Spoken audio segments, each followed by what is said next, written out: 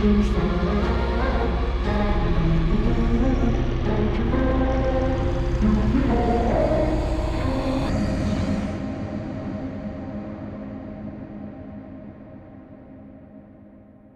a nurse and I currently work nights.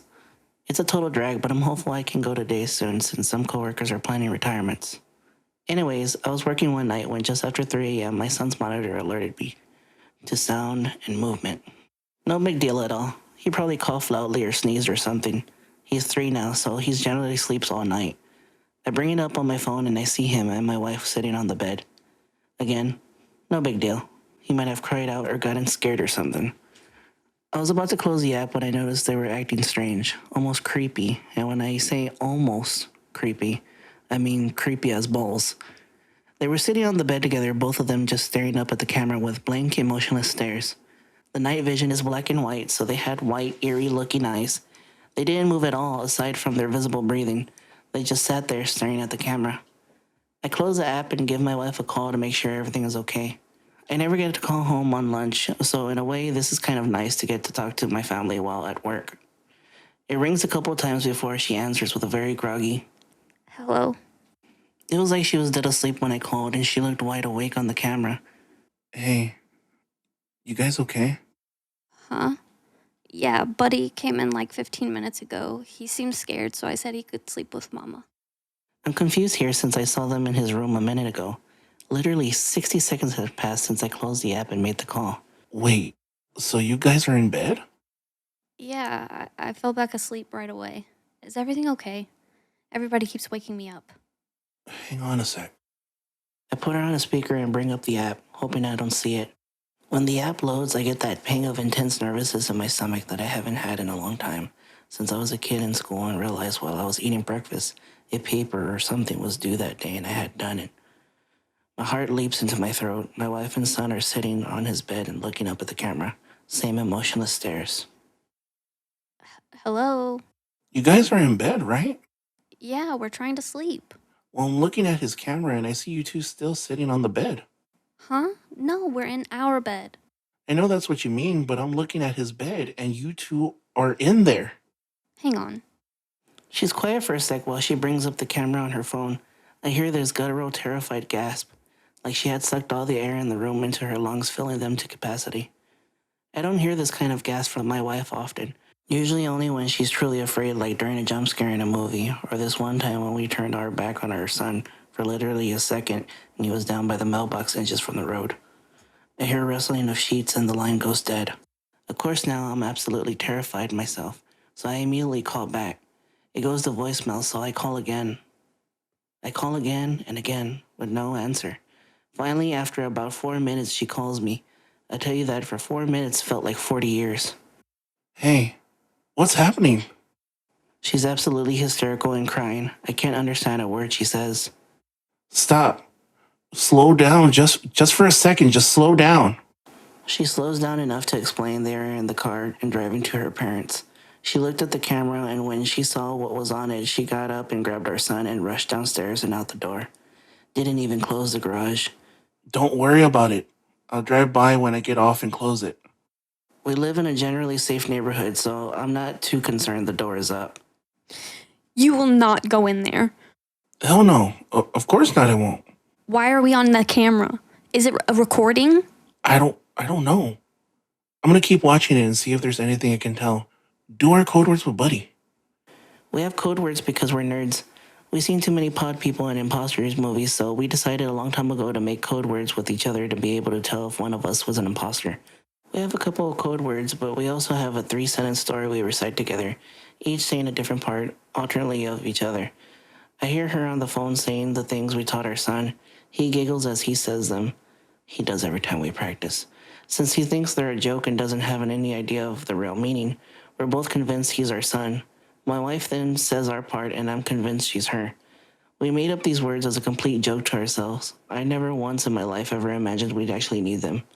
Unreal. She got to her parents safely, and it was hard to hang up. I told her we'll figure it out in the morning, hopefully just a glitch. She said she didn't think it was a glitch. When she was running out, she had to run by our son's room, and the door was open. There's a little flashing light on the back of the camera that indicates it's connected to the internet. It gives off just enough light that when she ran by, she thought she saw, out of the corner of her eye, a shadowy outline of what could have been an adult sitting on our son's bed. Sends chills down my spine to think about it. Knowing they were safe and out of the house is the only thing that kept me at work that night. It was a long 4 hours, but I kept checking the camera every chance I got. Sure enough, they were still sitting on the bed staring up at the camera with their emotionless gazes. I studied them to see if I could see any pattern, from their breathing to their blinking. Their breathing was steady and looked normal.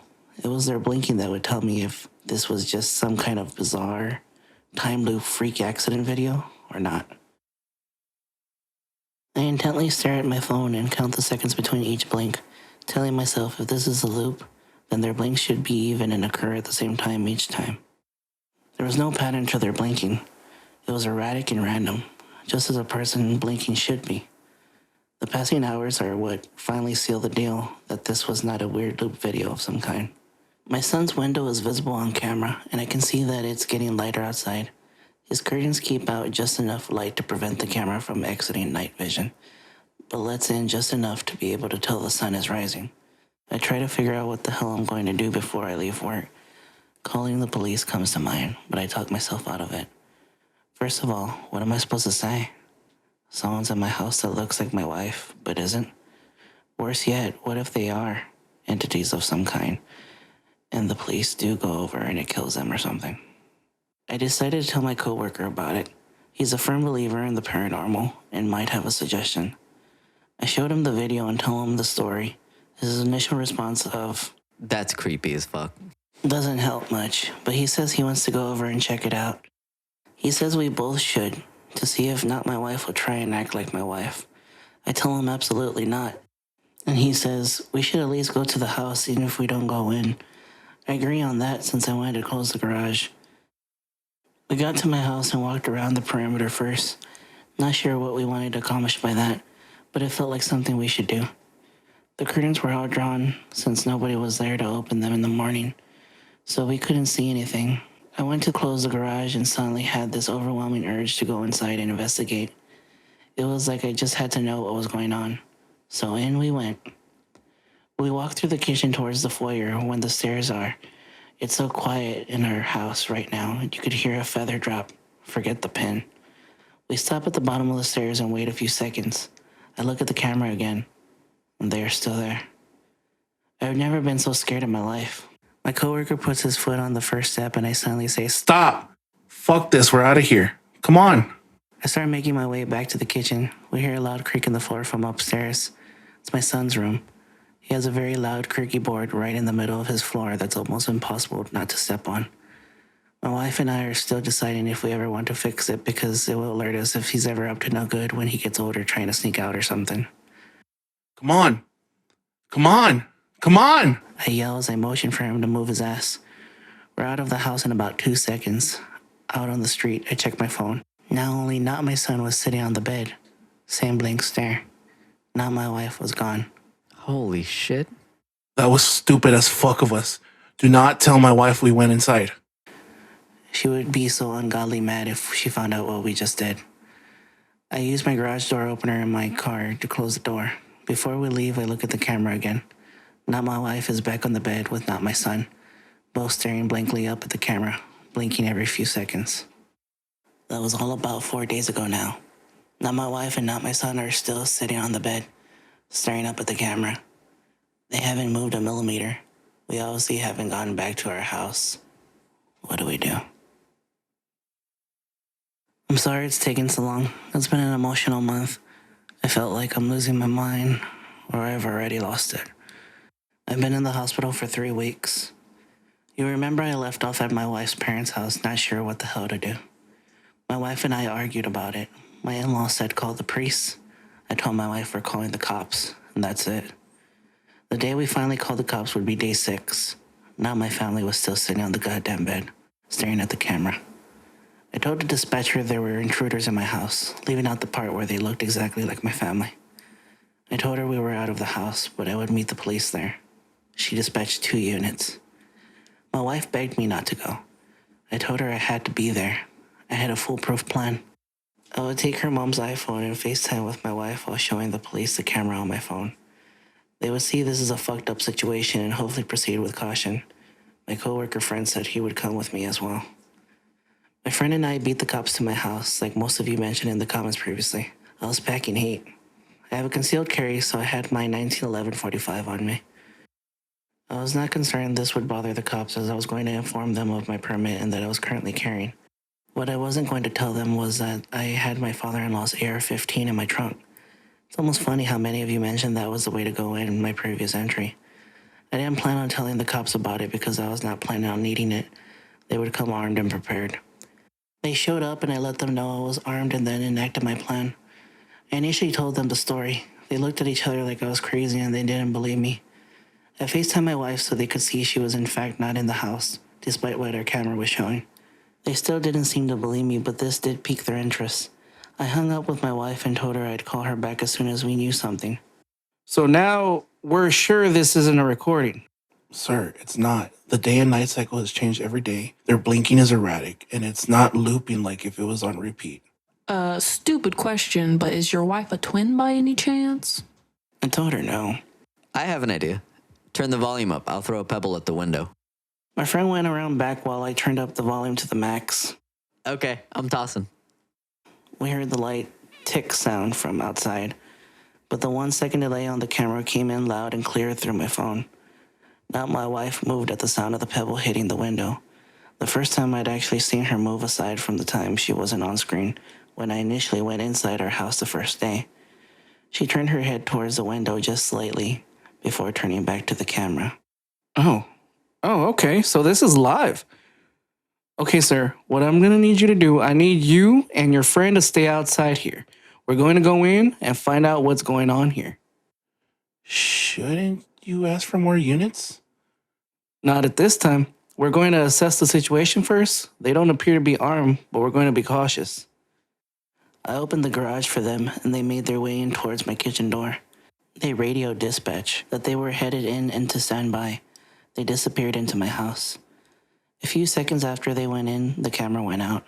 I wanted to vomit and I felt like if I put my fingers in my mouth, I'd actually be able to feel my heart since I had leapt so far up into my throat. Shit. I immediately popped the trunk and got my rifle out and ran into the garage. My friend right behind me. We got inside just in time to hear a low guttural howl from upstairs, demonic sounding almost, along with raised voices from the police. There were several shots. Nate, back up! Shots God fucking damn it. I knew it! My son's room is the first one you come to after getting upstairs, so his wall is also what you see as you walk up the stairs. As I reached the top, I laid into the wall with my rifle. It has a 30-round magazine, but I felt like I fired 100 shots.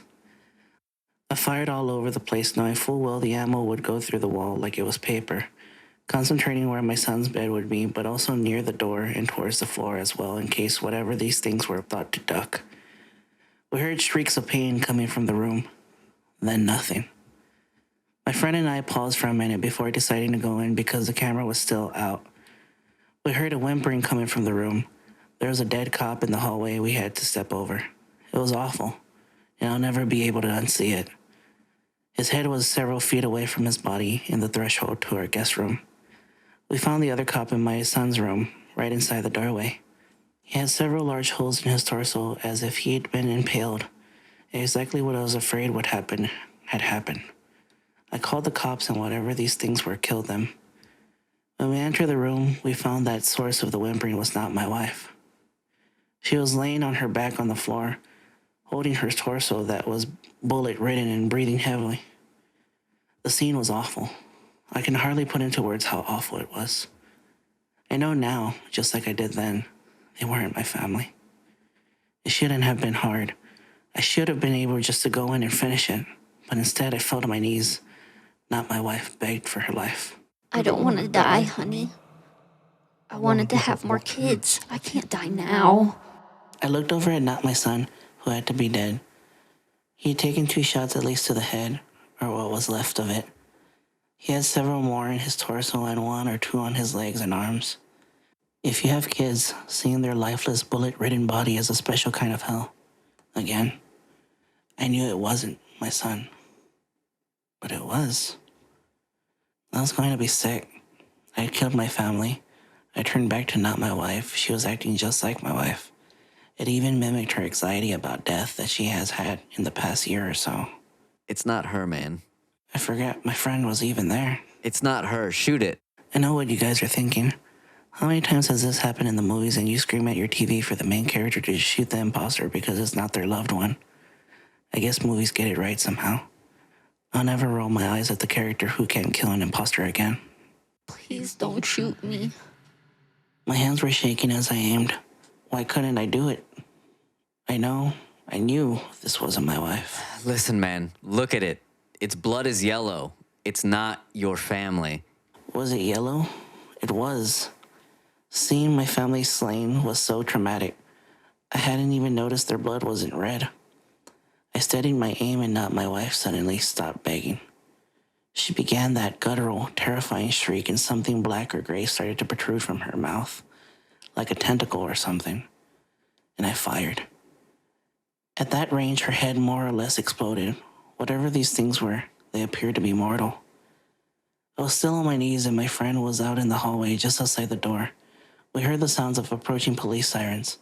I'd forgotten one of the cops had gotten a shots fired call over the radio before being killed. It seemed like it had been hours, but it had only been about 5 minutes since the police had gone in. My friend went downstairs to let the police know what to expect. I stood up and slowly made my way into the hallway. I was getting lightheaded and felt like I was going to be sick. My bedroom is adjacent to my son's, so the doorway is about a foot to the right of my son's doorway. My door was closed, but as I exited my son's room, my door opened. Not me walked out into the hallway, wearing exactly the same thing I was at the time. I was shocked in place. I couldn't move, but it did. It walked towards me, and its right arm turned black and morphed into what appeared to be a tentacle. It was wiggling around like a squid or an octopus appendage. When he thrust his arm at me, it solidified and impelled me through my abdomen. It then stabbed me in the left leg and just above the kneecap. I fell to the ground in pain. Its tentacle arm was wiggling again. Why did you kill my family? Why did you kill my family? Why did you kill my family? It moved in closer. The rifle was gone, but I still had my .45. I pulled it out and got a shot off in its right knee. It howled. As Not Me fell to his knee, I fired a couple more shots, getting 2 in its abdomen and the left side of its ribs. It breathed heavily for a few seconds, but I used the last of my strength to aim proper and shot Not Me in the face. Its blood was also yellow. I lay there bleeding out, thinking this was it for sure. I still had some strength from adrenaline kicking in, so I took off my belt and tried to make it into a tourniquet for my leg. With my stomach wound, it was hard to give it a good yank to tighten it. I then took my shirt off and balled it up, packed my stomach wound, and applied as much pressure as I could. Being a nurse probably saved my life. I passed out, but the measures I took must have kept me alive long enough for EMS to arrive. I heard raised voices and the sound of pounding coming up the stairs before I went out. It was probably a cop, but I felt pressure from somebody trying to keep my wound packed before I went out. I was in and out of consciousness as EMS arrived along with probably every cop in the city. I was wheeled downstairs and put into an ambulance, but while I was being loaded onto the gurney upstairs, I heard cops freaking out, and rightfully so. They had lost 2 brothers, and there were 3 other bodies. Did he kill his brother? Are they twins? Or his whole family? Put him on armed guard while at the hospital. He'll probably be getting charged. As I was getting placed into the ambulance, I saw my friend talking to a group of about 10 cops, all listening very intently to what he was saying. I went out again in the ambulance. I woke up in the ER. My wounds had been treated. The tentacle hadn't been more than a few inches wide, so it was just slightly larger than a large knife. They sewn me up, and I found that I was currently receiving a blood transfusion due to blood loss at my home. My wife had authorized them to do whatever they had needed while I was unconscious. She was also extremely pissed that I went into the house. We're okay now, but that's a story for another day. I was in the hospital for 3 weeks since I ended up getting an infection and almost went septic. I needed quite a few antibiotics. For the entire 3 weeks, I had cops in my room with questions. After about a week, they released me and no longer had me under armed guard. I told them absolutely everything, not caring if it made sense or not. And thank God my friend had come with me since he was able to corroborate this weird story. Midway through my hospital stay, men with suits came to pay me a visit. They were government. I knew right away. They said they were FBI, but I don't know if I believe that. They wanted to talk about not my family. The police chief and the coroner were involved, and it was very hush-hush. They made it clear this was not to get out to the public. This is where I have to apologize, probably for an anticlimactic ending to this ordeal. I don't know what not me and my family were. Neither do they. The only thing we know is that they were sentient creatures that looked like us and had yellow blood. I begged the coroner to tell me about their autopsies, but he said he wasn't allowed to say. He must have felt bad for me since I received a bouquet of flowers a couple of days later. The card inside the envelope read, "We don't know what they are. They have the same organs we do, but in different parts of their body aside from their brain. But what's red and pink inside us is green and yellow inside them. They're humanoid creatures, but whatever they aren't human. The government thinks they may be extraterrestrial. Destroy this letter, ASAP." We had our house professionally cleaned. It was almost surely a government team since they contacted us on behalf of the police. We could not find any Google reviews or website for the company online. My wife and I are not going to go back to our house.